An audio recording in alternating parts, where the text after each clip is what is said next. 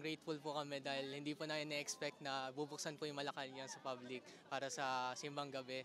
At labis po ang pasasalamat po namin kay President Marcos and the family dahil napakalaking bagay po ito na matapos po namin yung simbang gabi po namin sa Malacanang po. Merry Christmas po, President Ferdinand Marcos Jr. and the family po. Masaya po kasi a lot of people na may nakaka-experience na pumunta dito sa Malacanang. Unlike po dati na parang exclusive lang siya sa mga government officials.